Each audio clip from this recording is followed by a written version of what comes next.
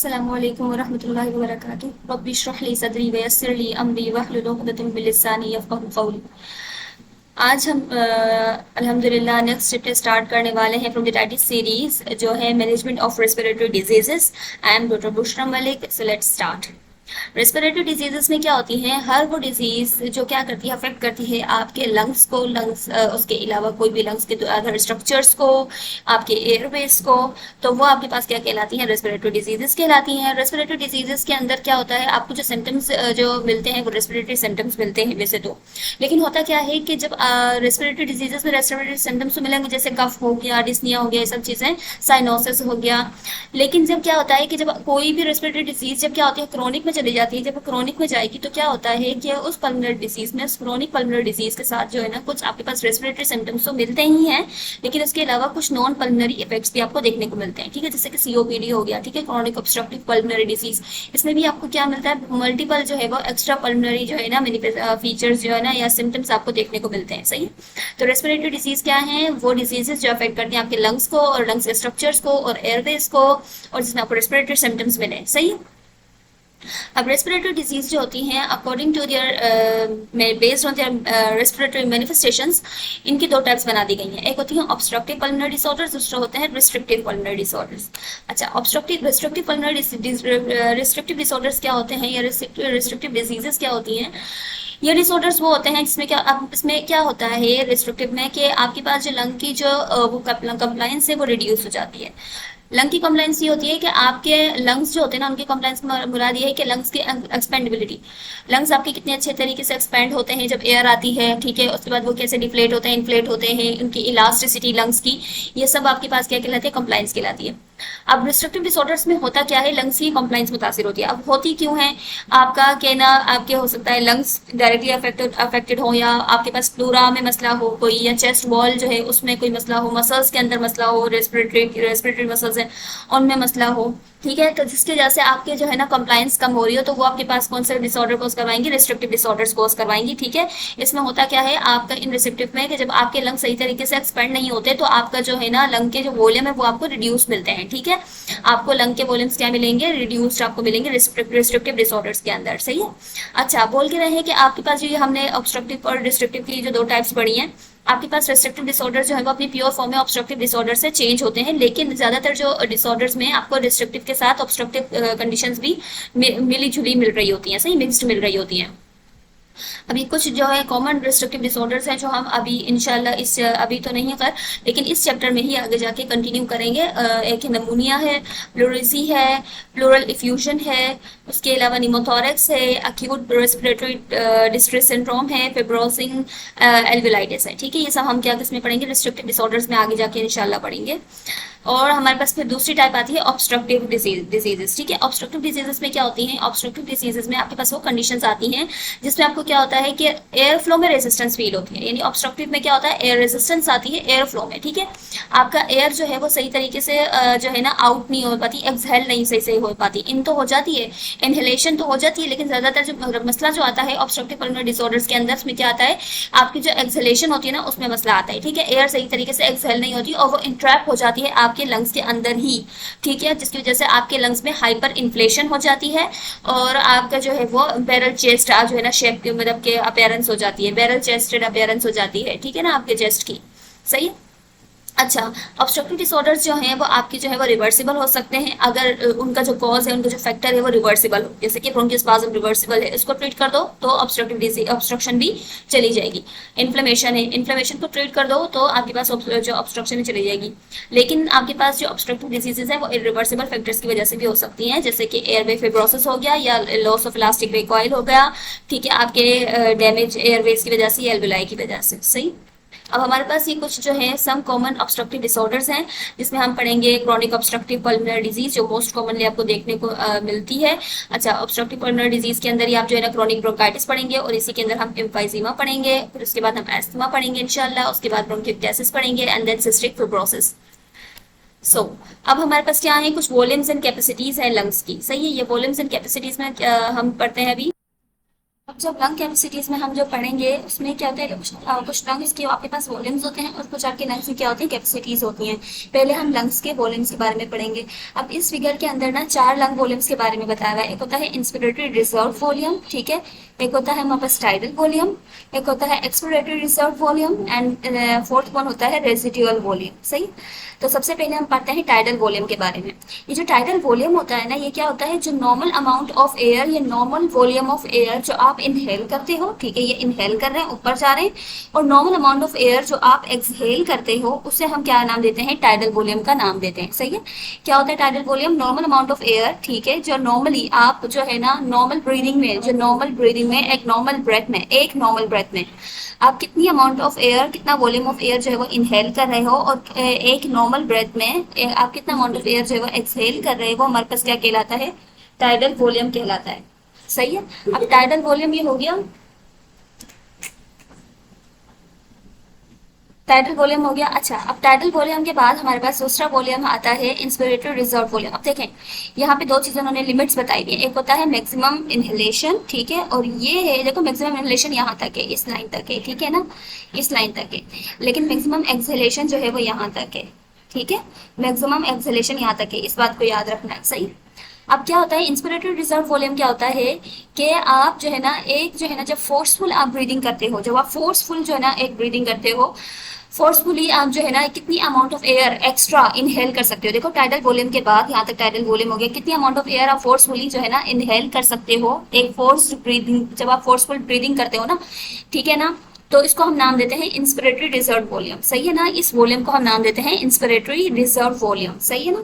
क्या होता है कि कितनी अमाउंट ऑफ एयर एक्स्ट्रा आपने इनहेल की है फोर्सफुली, जब आपने एक ब्रेथ किया, एक ब्रेथ लिया है, सही है ना, तो उसको हम नाम देते हैं इंस्पिरेटरी रिजर्व वॉल्यूम। अच्छा, एक्सपिरेटरी रिजर्व वॉल्यूम गया, फिर हमारे पास ये इंस्पिरेटरी हो गया, टाइडल वॉल्यूम हो गया, ये दो हो गए। अब जो है ना एक्सपिरेटरी रिजर्व वॉल्यूम क्या होता है, एक्सपिरेटरी रिजर्व वॉल्यूम बिल्कुल वैसा ही जैसा इंस्पिरेटरी रिजर्व वॉल्यूम है, ठीक है। इंस्पिरेटरी रिजर्व वॉल्यूम में था कि जब आप फोर्सफुल ब्रेथ कर लेते हो, एक जो है ना फोर्सफुली जो है ना ब्रेथ लेते हो एक, तो उसमें आप और अमाउंट, कितना amount of extra amount of air जो है आप इनहेल कर सकते हो, ठीक है, इसको हम नाम देते हैं इंस्पिरेटरी रिजर्व वॉल्यूम। इसी तरीके से एक्सपिरेटरी रिजर्व वॉल्यूम क्या होता है कि जब आप फोर्सफुली एक्सहेल करते हो, ठीक है, यहाँ तक आपने नॉर्मली एक्सहेल कर लिया था, सही है ना, ये आपने एक्स्ट्रा अमाउंट जो है ना एक्सहेल के थ्रू निकाल दी, ठीक है, ये आपने जो है वो टाइडल वॉल्यूम वाला एयर निकाल दी।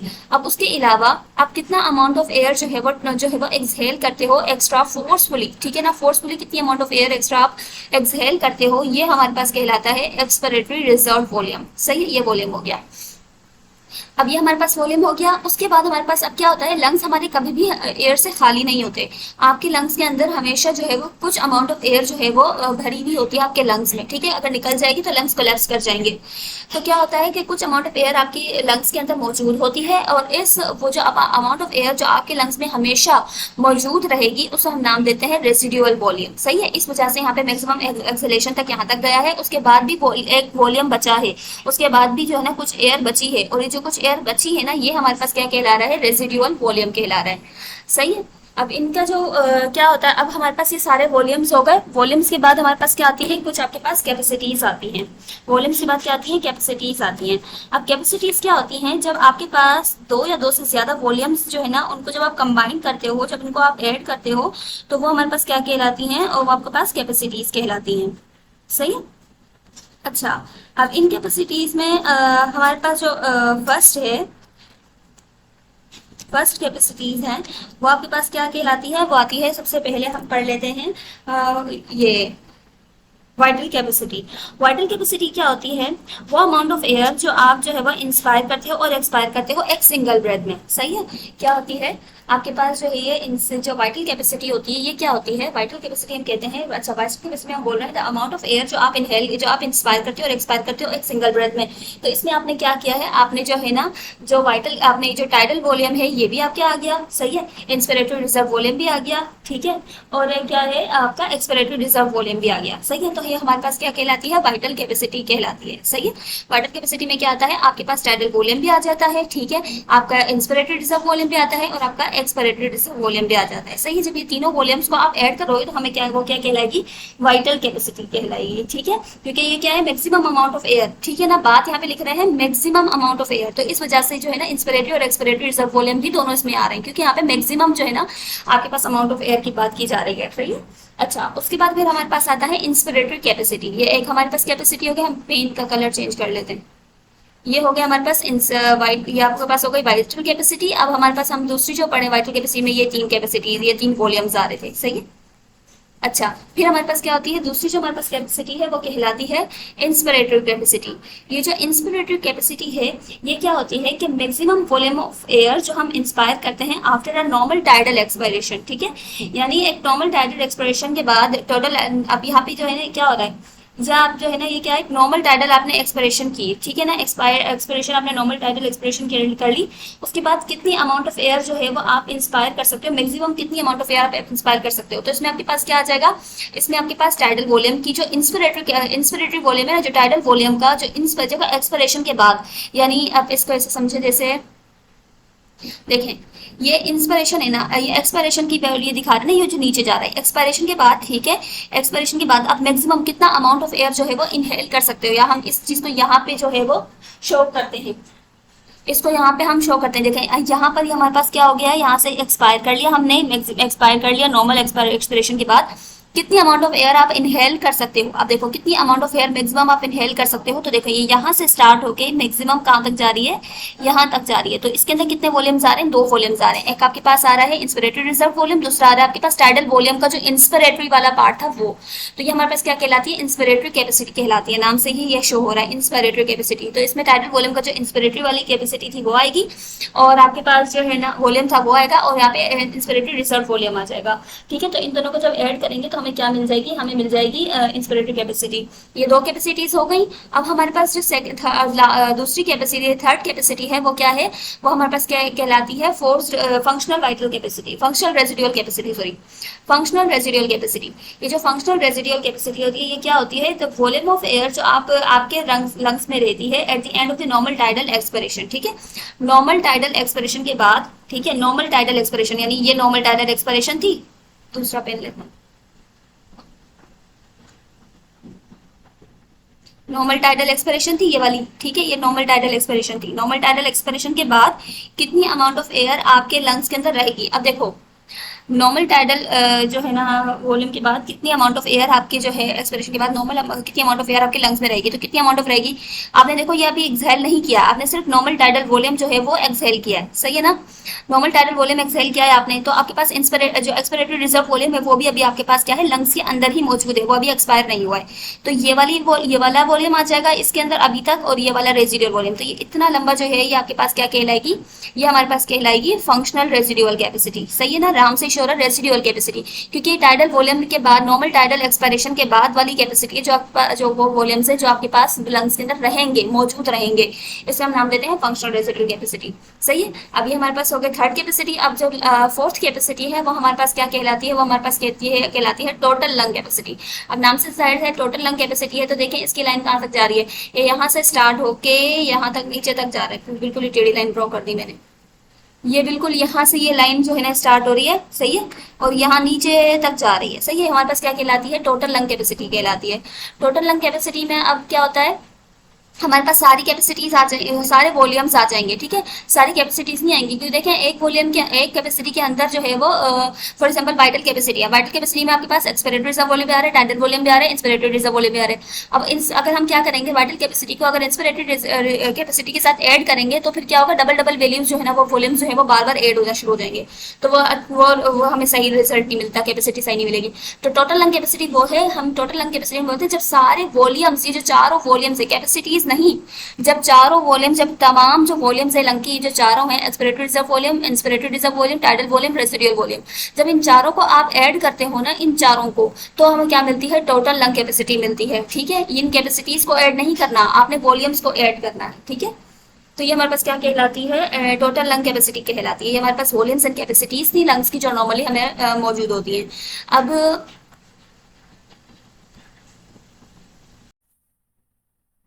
अच्छा, तो ये lungs and values and volumes and capacity पढ़ ली। अच्छा, फिर उसके बाद क्या होता है, हम ये कुछ वैल्यूज हैं जो मैंने अभी ऐड की हैं। इसमें आपका जो है वो नॉर्मल वैल्यूज जो है वो आ जाती हैं। जैसे हमारे पास स्टैंडर्ड वॉल्यूम है वो मैन में कितना होता है, 500 ml होगा, फीमेल में भी 500 ml होता है। जो इंस्पिरेटरी रिजर्व वॉल्यूम है वो 3000 ml होता है, मेल में 1900 होता है आपके पास फीमेल्स में। जो एक्सपिरेटरी वॉल्यूम होता है, रिजर्व वॉल्यूम होता है वो 1100 ml होता है मेल में, एंड 700 होता है फीमेल में। रेजिडुअल वॉल्यूम 1200 ml होता है मेल में, एंड फीमेल्स में कितना होता है, 1100 ml होता है। ठीक है। अच्छा, फिर हमारे पास एक टर्म आती है जिसे हम नाम देते हैं force expiratory volume in first second. ये बहुत इंपॉर्टेंट है क्योंकि ये आपको जो है ना किसकी एक तरह की मेजरमेंट है। किसकी मेजरमेंट है, एयर फ्लो की मेजरमेंट है। अल्लाह, एयर फ्लो की ये मेजरमेंट है। सही है।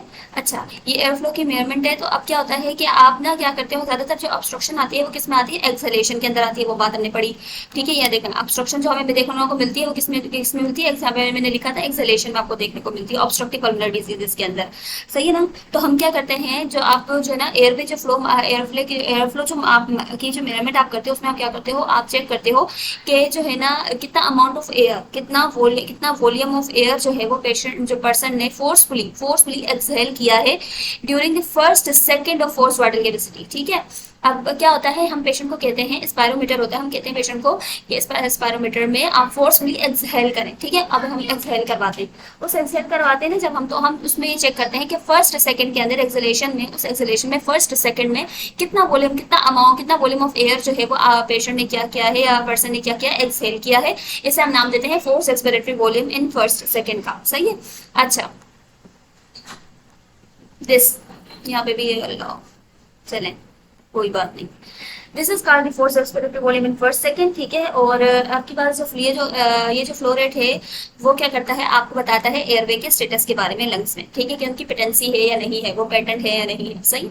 अच्छा, दूसरे हमारे पास क्या होती है, फोर्स वाइटल कैपेसिटी होती है। फोर्स वाइटल कैपेसिटी क्या होती है कि मैक्सिमम कितना अमाउंट ऑफ एयर, ठीक है ना, पेशेंट जो है वो एक्सहेल कर सकता है। यानी असल में क्या है कि जब आप डीप ब्रेथ लेने के बाद, ठीक है, डीप ब्रेथ लेने के बाद कितना मैक्सिमम अमाउंट ऑफ एयर आप एक्सहेल कर सकते हो, इसको हम नाम देते हैं फोर्स वाइटल कैपेसिटी। हम क्या करते हैं, जब हम ये आप मेजरमेंट ले रहे होते हो ना एयर फ्लो की, तो हम ये तो चेक करते हैं कि कितना जो है ना फोर्स एक्सपिरेटरी वॉल्यूम कितना गया है। उसके अलावा हम जो है ना परसेंटेजेस की तो चेक करते हैं, लेकिन उसके अलावा हम क्या करते हैं, रेशो भी लेते हैं force expiratory volume in first second का, किसके साथ, फोर्स वाइटल कैपेसिटी के साथ। ठीक है ना, फोर्स वाइटल कैपेसिटी के साथ हम रेशो लेते हैं। नॉर्मल इंडिविजुअल्स में और हेल्दी इंडिविजुअल्स में ये जो रेशो होता है वो वन जो है वो 70% तक होता है। ठीक है ना, नॉर्मल होता है। लेकिन क्या होता है कि जब जैसे जैसे ऑब्स्ट्रक्शन आती जाएगी वैसे वैसे ये रेशो जो है वो 70% से लेस होना शुरू हो जाएगा। सही। अच्छा, अब हमारे पास कुछ डिसऑर्डर्स ऐसे भी हैं, लंग डिसऑर्डर्स, जो कि आपके पास दोनों कैटेगरीज में पूरी तरीके से नहीं आते, लेकिन ये अच्छा कॉमन है, हम इसकी प्रेवलेंस कॉमन है हमारी कम्युनिटी हॉस्पिटल्स एनवायरनमेंट में। वो हम भी यहाँ पे पढ़ेंगे। वो है, पहला है लंग एब्सिस हो गया, पल्मोनरी ट्यूबरक्लोसिस हो गया, ब्रोंकियल लंग ट्यूमर्स हो गए, और रेस्पिरेटरी फेलियर हो गई। ये सारी चीजें हम जो है वो पढ़ेंगे इंशाल्लाह इसी चैप्टर में। तो हमारे पास जो फर्स्ट डिजीज आती है वो मोस्ट कॉमन जो आपको देखने को मिलती है वो है सीओपीडी। ठीक है, वेसिकेशन। सीओपीडी क्या है, क्रॉनिक ऑब्स्ट्रक्टिव पल्मोनरी डिसऑर्डर है, डिजीज है ये। और सीओपीडी जो है ना एक अम्ब्रेला टर्म है। ठीक है ना, तो ऐसा नहीं कि ये एक डिजीज है बस एक, इसके अंदर क्या होता है, दो डिजीजेस या आपके पास तीन भी हो सकती हैं, वो मिलके जो है ना ये सीओपीडी जो है ना कॉज करवाएंगे। सीओपीडी में क्या होता है, क्रोनिक ब्रोंकाइटिस, ठीक है, और एम्फाइसीमा। क्रोनिक ब्रोंकाइटिस और एम्फाइसीमा जो है ये इन दोनों का जो है ना कॉम्बिनेशन है सीओपीडी। सही है ना। अगर और ऐसा भी हो सकता है कि क्रोनिक ब्रोंकाइटिस के साथ साथ जो है ना और एम्फाइसीमा के साथ साथ आपको एस्मा भी कभी कभार देखने को मिले। अगर आपके पास सीओपीडी के जो है ना एपिसोड्स की फॉर्म में आपको मिलती हैं, एकदम से उनके जो है ना सिम्टम्स आना शुरू हो जाते हैं, ठीक हो जाते हैं, तो हो सकता है तो उसमें क्या होता है, एस्थमेटिक कंपोनेंट भी मौजूद होता है। ठीक है, जब आपके पास क्या होती है, एपिसोडिक सीओपीडी होता है, तो उसमें क्या होता है, एस्थमा का कंपोनेंट भी आपके पास जो है ना सीओपीडी में मौजूद होता है। ठीक है, इसका हम नाम देते हैं क्रोनिक ऑब्स्ट्रक्टिव पल्मोनरी डिजीज। सही है। इन सम केसेस जो है ना क्या होता है, क्रोनिक ब्रोंकाइटिस जो है ना वो प्रीडोमिनेंट होता है कुछ पेशेंट्स के अंदर सीओपीडी में, कि क्रोनिक ब्रोंकाइटिस की वजह से ऑब्स्ट्रक्शन आ रही होती है, और कुछ ऐसे पेशेंट्स होते हैं जिसमें एम्फाइसीमा की वजह से जो है ना ऑब्स्ट्रक्शन आ रही होती है। सही है। अच्छा, क्रोनिक ब्रोंकाइटिस होता क्या है, अब हम यहाँ पर इससे पहले हमने सीओपीडी जो है ना, आप ये देख लें कि सीओपीडी जो है ना एक ट्रीटेबल और जो है प्रिवेंटेबल डिजीज है। क्यों, क्योंकि ज्यादातर 90% इसका जो कॉज होता है ना वो ये होता है, सिगरेट स्मोकिंग होती है। तो स्मोकिंग अगर रोक देंगे तो क्या है, प्रिवेंटेबल है। अच्छा, सीओपीडी हमारे पास क्या है, रेस्पिरेटरी सिस्टम की जो पाथवे होता है ना उसमें कोई ऑब्स्ट्रक्शन, क्रोनिक ऑब्स्ट्रक्शन होती है। ठीक है ना। सही है। अच्छा, उसके अलावा आपके पास जो सीओपीडी है ना, वो परसिस्टेंट एयर फ्लो लिमिटेशन होती है, जिसमें क्या होता है प्रोग्रेसिव, क्या होता है उसमें प्रोग्रेसिवली जो है ना डिजीज जो है वो बढ़ती चली जाएगी अगर ट्रीट नहीं किया गया। ठीक है। और क्या होगा कि क्रॉनिक इन्फ्लेमेटरी रिस्पॉन्स जो होता है ना एयरवे में, वो भी आपका आता चला जाएगा, तो इन्फ्लेमेशन भी होती चली जाएगी। ब्रोंकाइटिस से जाहिर सी बात है, आपको नाम से देखना चाहिए कि वो ब्रोंकाइटिस है तो इन्फ्लेमेशन है, क्रॉनिक इन्फ्लेमेशन है।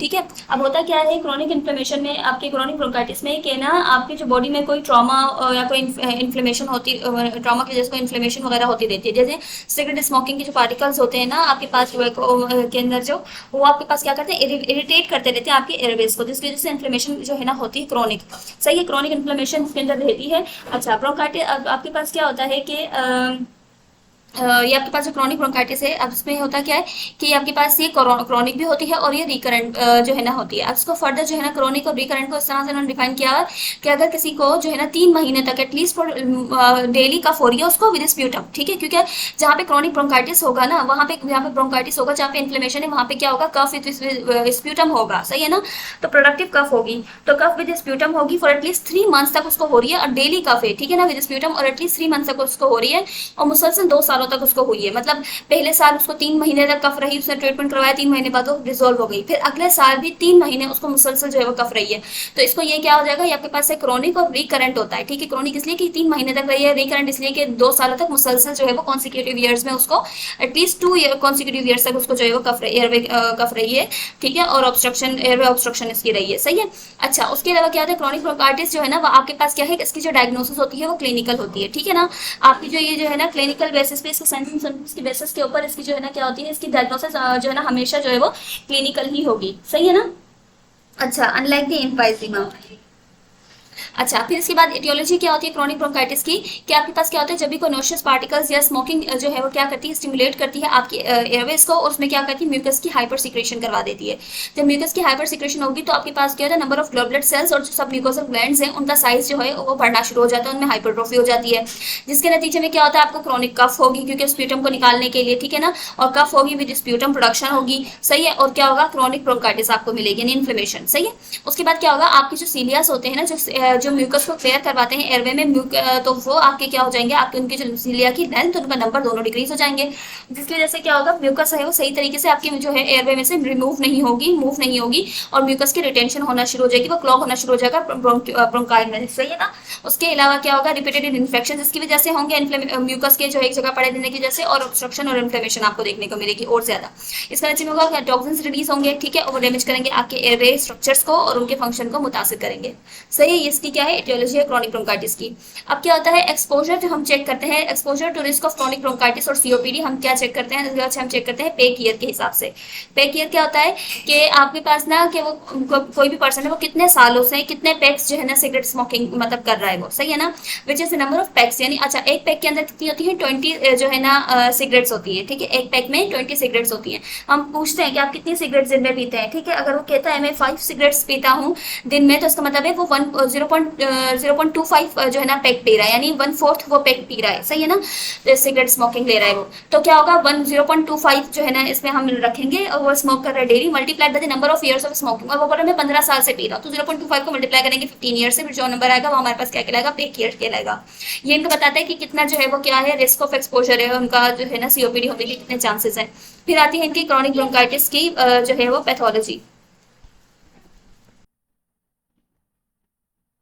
क्रॉनिक ब्रोंकाइटिस की जो पैथोलॉजी है उसमें हम पढ़ते हैं कि क्या है, अब जो आपके पास क्रॉनिक ब्रोंकाइटिस में जो सबसे हेलमार्क है क्रॉनिक ब्रोंकाइटिस का, वो क्या है, हाइपरट्रॉफी है। ठीक है, हाइपरट्रॉफी में क्या होता है, आपके पास जो म्यूकस ग्लैंड्स हैं और जो है ना आपके पास लार्ज ब्रोंकाई में, ठीक है, मेन ब्रोंकाई में लार्ज ब्रोंकाइस के अंदर जो म्यूकस ग्लैंड्स हैं उनकी क्या हो जाएगी, हाइपरट्रॉफी हो जाती है, और उनका जो नंबर में भी वो इंक्रीज हो जाते हैं। ठीक है, और ये क्या होता है, आपको कुछ क्या मिलती है, एयरवे इन्फ्लेमेटरी चेंजेस मिलती हैं आपको स्मॉल एयरवेज के अंदर। ठीक है, लार्ज ब्रोंकाई के अंदर म्यूकस ग्लैंड्स तादाद बढ़ जाएगी, नंबर बढ़ जाएगा, हाइपरट्रॉफी हो जाएगी, और जो स्मॉल एयरवेज है उनके अंदर क्या होता है, इन्फ्लेमेटरी चेंजेस आना शुरू हो जाएंगे। ठीक है, जब भी कोई इरिटेटिव सब्सटेंस होगा वो क्या करेंगे, स्टिमुलेट करेंगे ना, तो क्या होगा, आपके म्यूकस जो है वो ज्यादा से ज्यादा जो म्यूकस सिक्रेटिंग ग्लैंड्स है वो बहुत ज्यादा काम करेंगे, और ग्लोबुलर सेल्स वगैरह ये क्या करेंगे, म्यूकस की बहुत ज्यादा जो है वो सिक्रेशन करवा देंगे आपके ब्रोंकाई में और आपके ब्रोंक्यूल्स में। सही है, इससे होगा क्या कि आपकी एक्सेस म्यूकस जो है ना वो एक्यूमुलेट होना शुरू, जमा होना शुरू हो जाएगा आपकी ब्रोंकाई के अंदर। सही है, जो म्यूकस से जो है वो क्या करेगा, कोट करता है वॉल्स ऑफ द एयरवेज को। ठीक है, और वो क्या करेगा, क्लोग होना शुरू हो जाएगा ब्रोंक्यूल्स के साथ, चिपकना शुरू हो जाएगा। हमें पता है सीलिया गैस का वैसी नंबर जो है वो डिक्रीज हो जाता है इसमें। सही है ना। अब क्या होता है कि आपके पास जो है ना पहले क्या होता है कि आपका जो है ना पहले एल्विलाए था, ठीक है। अभी क्या होगा, पहले ना एल्विलाए आपके पास जो ब्रोंकियोल्स थे वो ब्रोंकियोल्स में पहले देखें इतना इसका साइज था, लेकिन क्या होगा जब म्यूकस बहुत ज्यादा एक्सेसिवली सीक्रेट होगा, पहले उनका साइज म्यूकस ग्लैंड्स का साइज भी बढ़ा हुआ है, उसके अलावा जो है वो इनकी ब्रोंकियोस्पाज्म वगैरह भी हुई होती है। सही है ना। और फिर क्या है कि अगर आपका जो है वो म्यूकस और भी ज्यादा अगर आ जाएगा तो इससे क्या होगा, जो इसका ल्यूमिन होगा ना उसका साइज जो होगा वो 2/3 जो तक जो है ना वो क्या होगा, म्यूकस ही घेर लेगा, और जो 1/3 उसको जो है ना जगह मिलेगी एयरवे को मूव करने के लिए। ठीक है। तो 2/3 ऑफ द वॉल थिकनेस जो है वो जो है ना म्यूकस इसकी करवा देती है। सही है ना। डायलेट करवा देती है, जो है ना उनकी वो डायलेट जो उनका डायमीटर है वो कम हो जाता है ब्रोंकियोल्स का, वो म्यूकस की एक्युमुलेशन होने की वजह से। सही है। अब क्या होगा, एयरवे आपके क्या हो जाएंगे, जब वॉल की थिकनेस जब 2/3 जब वॉल की थिकनेस इंक्रीज हो जाएगी म्यूकस के जमा होने की वजह से, उसकी चिपकने की वजह से, तो क्या होगा आपके एयरवेज जो है वो नेरो हो जाएंगे और आपको कुछ जो है ना इन्फ्लेमेटरी चेंजेस जो है वो देखने को मिलेंगी, जिसके नतीजे में क्या होगा, म्यूकोजल एडिमा होना शुरू हो जाएगा। सही है।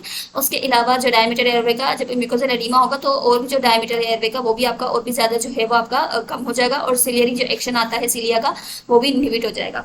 सही है। अब जो एयर फ्लो लिमिटेशन आती है क्रोनिक ब्रोंकाइटिस में, अगर हम उसको देखें तो क्या होती है dimensions related to the dimensions distal small airways and proximal more proximal airways. बोल रहे हैं जो क्रोनिक ब्रोंकाइटिस आपको देखने को मिलने जो आपके पास जो आती है ना क्रोनिक ब्रोंकाइटिस, वो क्या होगी, डिस्टल और स्मॉल एयरवेज में जो है वो ज्यादा होती है। ठीक है। और प्रॉक्सिमल एयरवेज की जो लार्ज आपके एयरवेज हैं उनसे उनके मुकाबले में। ठीक है। और जो क्या होता है आपका जो एयरवे का जो ल्यूमेन होता है वो और भी ज्यादा जो है वो क्या होता है, जब आप क्या करते हो, जब स्मॉल ब्रोंकियोल्स होते हैं क्या होता है आपके पास, जैसे आप एक्सपिरेशन करते हो ना तो नॉर्मल एक मैकेनिज्म होता है जिसमें क्या होता है आपके एयरवेज की ना नैरोइंग हो रही होती है। ठीक है। अब पहले ही आपके जो स्मॉल एयरवेज है वो पहले ही इतने नैरो हो चुके हैं, और उसके अंदर ब्रोंकाई वगैरह इसमें जो म्यूकस वगैरह के एक्युमुलेशन की वजह से, उनके क्लॉग होने की वजह से इतना ज्यादा उनका ल्यूमेन छोटा हो चुका है कि जब क्या होगा नॉर्मल एक्सपिरेशन में जो नॉर्मल मैकेनिज्म के थ्रू जो नॉर्मल शॉर्टनिंग होती है एयरवेज की, जब वो होगी तो आपके जो एल्वुलाइज है वो बिल्कुल ही क्या हो जाएंगे, जो है बिल्कुल ही बंद हो जाएंगे, जिसके नतीजे में क्या होगा आपके जो है ना एयर की ट्रैपिंग होना शुरू हो जाएगी एल्वुलाई के अंदर ही। ठीक है। एयरवेज आपके बिल्कुल बंद हो जाएंगे और एयरवे की जो आपके पास जो एयर है उसकी ट्रैपिंग होना शुरू हो जाएगी। एयर जो है वो बिल्कुल ट्रैप हो जाएगी आपके एल्वुलाई के अंदर, वो सही तरीके से एक्सहेल नहीं होगी। इसी वजह से जो है हम एक्सहेलेशन जो है ना वो चेक कर रहे थे, फोर्स्ड एक्सपिरेटरी वॉल्यूम जो हम चेक कर रहे थे, हम एक्सपिरेशन जो है वो चेक करते हैं कि ये देखने के लिए कि एयरवे जो है वो पेटेंसी उसकी मेंटेन है नहीं है। ठीक है। अब क्या होगा आपके जो है ना आहिस्ता आहिस्ता जो लंग्स होते हैं वो क्या करेंगे, अपनी इलास्टिसिटी खो देंगे। आप देखें एयर जब जमा होना शुरू हो जाएगी, जब एयर बहुत ज्यादा जमा हो रही है लंग्स के अंदर और निकल नहीं पा रही है, तो लंग्स क्या करेंगे, दोबारा से रिकॉइल नहीं हो पाएंगे। ठीक है ना। तो क्या होगा, लंग्स की इलास्टिसिटी जो है वो खो जाएगी। डिजीज जैसे जैसे प्रोग्रेस करती चली जाएगी लंग्स की इलास्टिसिटी भी लॉस होती चली जाएगी। ठीक है। Which will gradually become distended and permanently. अभी क्या होगा, फिर आहिस्ता आहिस्ता क्या होगा, लंग्स आपके जो है वो जो एल्विलाई हैं वो आपके क्या होंगे, डिस्टेंटेड फॉर्म में हो जाएंगे, परमानेंटली डिस्टेंटेड हो जाएंगे। ठीक है। दोबारा रिकॉइल जो होंगे वो होंगे ही नहीं, मतलब। ठीक है ना। और उसकी वजह से होगा क्या कि आपकी एल्विलर वॉल्स होंगी वो रप्चर होना शुरू हो जाएंगी। ठीक है। जब वो रप्चर होंगी तो उसमें आफ्टर रिपीटेड जो है ना इन्फेक्शन की वजह से, एक्सजरेशन और इन्फेक्शन की वजह से आपके जो है ना वाइड स्प्रेड डैमेज होना शुरू हो जाएगा आपके ब्रोंकियोल्स में भी। सही है। और एल्विलाई जो होंगे ना उनके अंदर जो है ना फाइब्रोसिस और क्लिंगिंग होना शुरू हो जाएगी। सही है। और जो है ना इससे क्या होगा आपके जो वो जो कंपनसेटरी जो आपके पास जो कुछ एल्विलाई जो बचे कुछ एल्विलाई होंगे ना वो क्या करेंगे, जो आपके खराब एल्विलाई हैं उनका काम करेंगे, जाहिर सी बात है। तो कंपनसेटरी जो है ना आपके पास ओवर डिस्टेंशन जो सर्वाइविंग एल्विलाई है ना, ये जो सर्वाइविंग एल्विलाई होंगे इनकी भी क्या होगी, कंपनसेटरी ओवर डिस्टेंशन होना शुरू हो जाएगी। सही है ना। क्योंकि अब उनके पास एल्विलाई कम है और उनको ज्यादा जो है वो ऑक्सीजन तो सही बॉडी को पहुंचानी है ना, तो क्या होगा कि ये ओवर जो है ना काम करना शुरू करेंगे आपके जो सर्वाइविंग एल्विलाई है। ठीक है। अच्छा, ये जो आपके पास जो एयरवे डैमेज हो रहा था ये क्या करेगा, ये लीड करेगा आपको किसकी तरफ, एम्फाइसीमा की तरफ। ठीक है। आपके जो है ना क्या करवा देगा, एम्फाइसीमा करा देगा। जैसे यहाँ पे क्या होता है कि आपके सेप्टास होते हैं एल्विलाई में, यहाँ पे ना सेप्टास बने हुए होते हैं। जब इनकी वॉल्स वगैरह डैमेज होंगी तो क्या होगा, ये बुलाए बन जाएंगे। ठीक है। और ये पूरा लेशन हो जाएगा और ये बिल्कुल जो है वो एक बुलाई की शेप में जो है वो आ जाएंगे। सही है ना। और ये नॉन फंक्शनल होंगे। सही है। तो एम्फाइसीमा करवा देंगे ये। सही है। तो ये जो क्रॉनिक ब्रोंकाइटिस होता है ये क्या किसको लीड करता है, एम्फाइसीमा की तरफ जो है वो लीड करता है। ये सारी जो है वो क्या थी, पैथोलॉजी थी हमारी सीओपीडी की। अब हम पढ़ेंगे एम्फाइसीमा के बारे में। एम्फाइसीमा क्या होती है, एम्फाइसीमा में हम अभी हम जो है वो डायग्राम भी इसका जो है वो देख कर आए हैं। एम्फाइसीमा एक ऐसी कंडीशन है आपके लंग्स की जिसमें क्या होता है, परमानेंट डायलेटेशन हो जाती है आपकी एयर स्पेसेस की distal to the terminal bronchioles. ठीक है। अब जाहिर सी बात है टर्मिनल ब्रोंकियोल्स से डिस्टल क्या है एयरवेज में, आपके पास रेस्पिरेटरी ब्रोंक्यूल्स है और एल्विलाई हैं, तो क्या होगा आपके पास जो ये जो एम्फाइजीमा में क्या होगा कि आपके जो लंग्स होंगे उसमें आपके लंग्स में जो ये जो एयर स्पेसेस होंगे परमानेंटली वो डायलेट हो जाएंगे, ठीक है, परमानेंटली डायलेट हो जाएंगे और क्या होगा इसकी जो आपके पास जो एयरवेज की जो वॉल्स होंगी वो भी क्या हो जाएंगी, डिस्ट्रॉय हो जाएंगी, सही है ना। It is nearly associated with chronic bronchitis, हमें पता है कि भाई वो एसोसिएटेड किसके साथ है, क्रॉनिक ब्रोंकाइटिस के साथ नियरली एसोसिएटेड है बहुत ज्यादा, ठीक है। तो क्या होता है क्रॉनिक ब्रोंकाइटिस ही हमने देखा कि वो लीड करवा सकती है, एम्फाइसीमा करवा रही होती है, क्रॉनिक ब्रोंकाइटिस भी आगे जाकर फर्दर एम्फाइसीमा करवा रही है। तो क्या क्रॉनिक ब्रोंकाइटिस के साथ ही एसोसिएटेड होता है, इस वजह से इसको डिस्टिंग्विश करना बहुत मुश्किल होता है लाइफ में कि एम्फाइजीमा है या सीओपी या क्रॉनिक ब्रोंकाइटिस भी है या क्रॉनिक ब्रोंकाइटिस के साथ एम्फाइजीमा भी है। चलो क्रॉनिक ब्रोंकाइटिस की क्लिनिकल डायग्नोसिस हो जाती है लेकिन एम्फाइजीमा की कभी भी क्लिनिकल डायग्नोसिस नहीं होती। अच्छा, उसके बाद हमारे पास एम्फाइजीमा है, उनके जो है वो प्रीडिस्पोजिंग फैक्टर्स की बुनियाद के ऊपर इसकी दो टाइप्स हो रहे हैं, हम इसको टाइप्स कहने हैं, इनके फैक्टर्स प्रीडिस्पोजिंग फैक्टर्स जो है ना या कॉजेस जो है उनकी बात कर लें। तो क्या होता है आपके पास जो प्राइमरी जो है एक होता है आपके पास प्राइमरी या कंजेनाइटल एम्फाइजीमा, जो प्राइमरी और कंजेनाइटल एम्फाइजीमा है ये क्या होता है आपके पास ना पेशेंट के अंदर अल्फा 1 एंटीट्रिप्सिन डेफिशिएंसी हो जाती है, ठीक है ना। जब आपके पास अल्फा 1 एंटीट्रिप्सिन, अच्छा ये जो अल्फा 1 एंटीट्रिप्सिन डेफिशिएंसी है वो लेस देन 1% ऑफ केसेस के अंदर होती है, लेकिन ये हेरिडिटी जाहिर सी बात है तो उसको डायग्नोस करना जरूरी है। फिर हमारे पास दूसरी आती है सेकेंडरी एम्फाइजीमा, जो सेकेंडरी एम्फाइजीमा है उसके अंदर क्या होता है, ये वो एम्फाइजीमा है जो कि किसी दूसरी सेकेंडरी डिसऑर्डर या फैक्टर्स की वजह से हो रही है, ठीक है, एम्फाइजीमा हो रहा है। जैसे अभी हमने बात की थी क्रॉनिक ब्रोंकाइटिस की वजह से अगर एम्फाइजीमा हो रहा है तो वो भी आपके पास सेकेंडरी एम्फाइजीमा कहलाएगा। तो अगर ऑब्स्ट्रक्टिव एयरवे डिसीजेज हैं जैसे कि अस्थमा हो गया, सिस्टिक फिब्रोसिस हो गई, क्रॉनिक ब्रोंकाइटिस हो गई, इनकी वजह से हो रही है, या वो पेशनल लंग डिसऑर्डर्स या न्यूमोक्नोसिस की वजह से हो रही है, या कंपनसेटरी मैकेनिज्म की वजह से एम्फाइजीमा हो रहा है, जैसे कि कोई भी फाइब्रस कोलेप्स हो गया है या आपने लंग का कोई एक पार्ट रिमूव कर दिया है, बाकी पार्ट को ज्यादा इसको काम करना पड़ रहा है, उसके आपको स्पेस को फिल करना पड़ रहा है, तो ये आपके पास जो एम्फाइजीमा है वो सेकेंडरी एम्फाइजीमा कहलाएगी।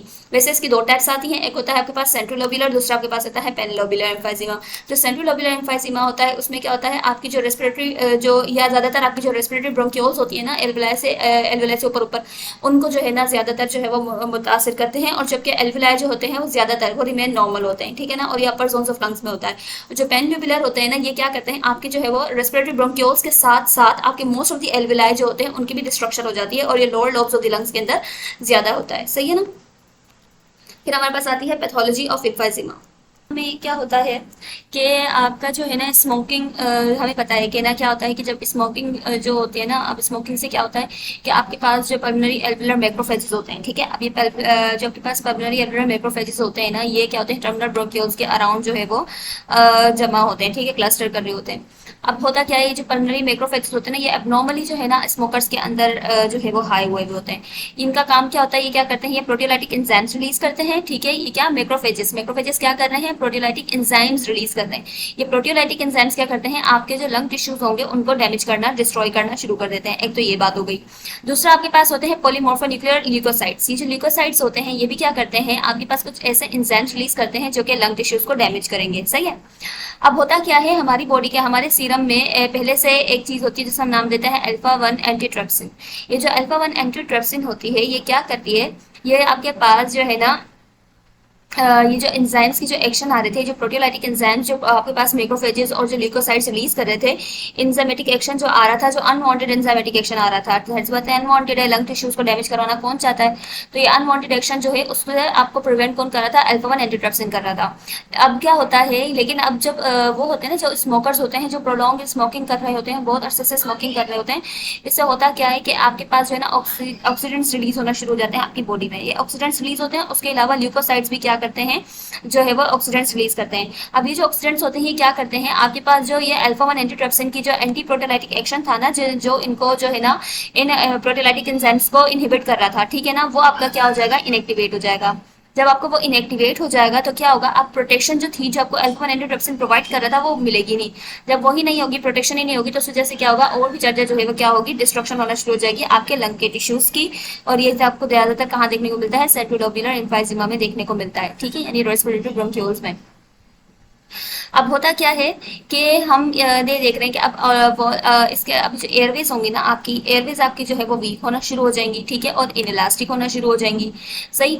उसके अलावा क्या होगा, रिपीटेटिव इन्फेक्शंस जो है अब जो हमें पता है कि रिपीटेटिव इन्फेक्शंस भी होंगे, ठीक है, रिपीटेटिव इन्फेक्शंस की वजह से और भी ज्यादा इनके अंदर टिश्यूज जो है वो डैमेज होंगे, ल्यूकोसाइट्स रिलीज हो, ल्यूकोसाइट्स क्या करेंगे, रिलीज करेंगे, एंजाइम्स को रिलीज करेंगे, तो इन्फेक्शन जैसे जैसे होते जाएंगे इन्फेक्शन होने के चांसेस भी बहुत ज्यादा होते हैं, क्योंकि क्रोनिक ब्रोंकाइटिस जब होता है ना तो फिर उसकी वजह से, जो म्यूकस पड़ा हुआ होता है उसकी वजह से भी इन्फेक्शन होते हैं बहुत, ठीक है ना। तो क्या होता है कि उन इन्फेक्शन की वजह से क्या होगा, इनलास्टिक होना शुरू हो जाएंगे आपकी एयरवेज, ठीक है। उसके अलावा जो आपके पास एल्विलाई होता है वो वन वे वेल्व के तौर पे काम करेगा। वन वे वेल्व के तौर पे ऐसे, अब देखो हमारे एल्विलाई होते हैं ना, ये एल्विलाई हैं, ठीक है। अब इनके अंदर एयर आती है, ठीक है, आती भी है, और ऑक्सीजन होता है उसके अंदर, और जब एयर जाती भी है, ठीक है, जिसके अंदर कार्बन डाइऑक्साइड होता है, वो एक्सहेल हो जाती है आपके बॉडी में से, ठीक है। तो ये क्या होता है, दो वेज है, आ भी रही है जा भी रही है। लेकिन क्या होता है कि इम्फाइसीमा में आपके पास जो है ना, पहले नैरोइंग भी हुई हुई थी, सही है ना, और वो इनलास्टिक भी हुए हुए हैं। तो क्या होता है कि हवा अंदर तो आ जाती है, एयर अंदर तो आ जाती है, इनहेल तो आप कर लेते हो, लेकिन जब आप एक्सहेल करते हो ना, तो नॉर्मली क्या होती है, ये हमने पढ़ी थी कि इनकी जो है ना नैरोइंग हो जाती है एयरवेज की, पहली नैरोइंग एयरवेज की हो जाएगी। उसके अलावा फिर होगा क्या कि ना, आपकी जो इनइलास्टिक होने की वजह से भी क्या होगा कि आपकी जो एयर होगी वो बाहर नहीं निकल पाएगी, यानी अंदर तो आ रही है वो, ठीक है, अंदर तो आ रही है, लेकिन वो बाहर नहीं जा पाएगी, ठीक है। तो इसको हम नाम, ये इस वजह से हम इसको कह रहे हैं कि ये क्या होगा, ये आपके पास जो एयरवेज हैं वो वन वे वेल्व के तौर पे काम करेंगे, क्योंकि इनकी जो वॉल्स होंगी वो कोलैप्स कर जाएंगी ऑन दी एक्सपायरेशन, ठीक है। एक्सपायरेशन में आपकी जो वॉल्स होंगी वो कोलैप्स कर जाएंगी, इस वजह से वो एयर जो होगी वो क्या होगी, जब आप बाहर एयर नहीं जा रही तो सारी एयर क्या होगी, इस एल्विलाई के अंदर ही क्या होना शुरू हो जाएगी, जमा होना शुरू हो जाएगी, सही है ना।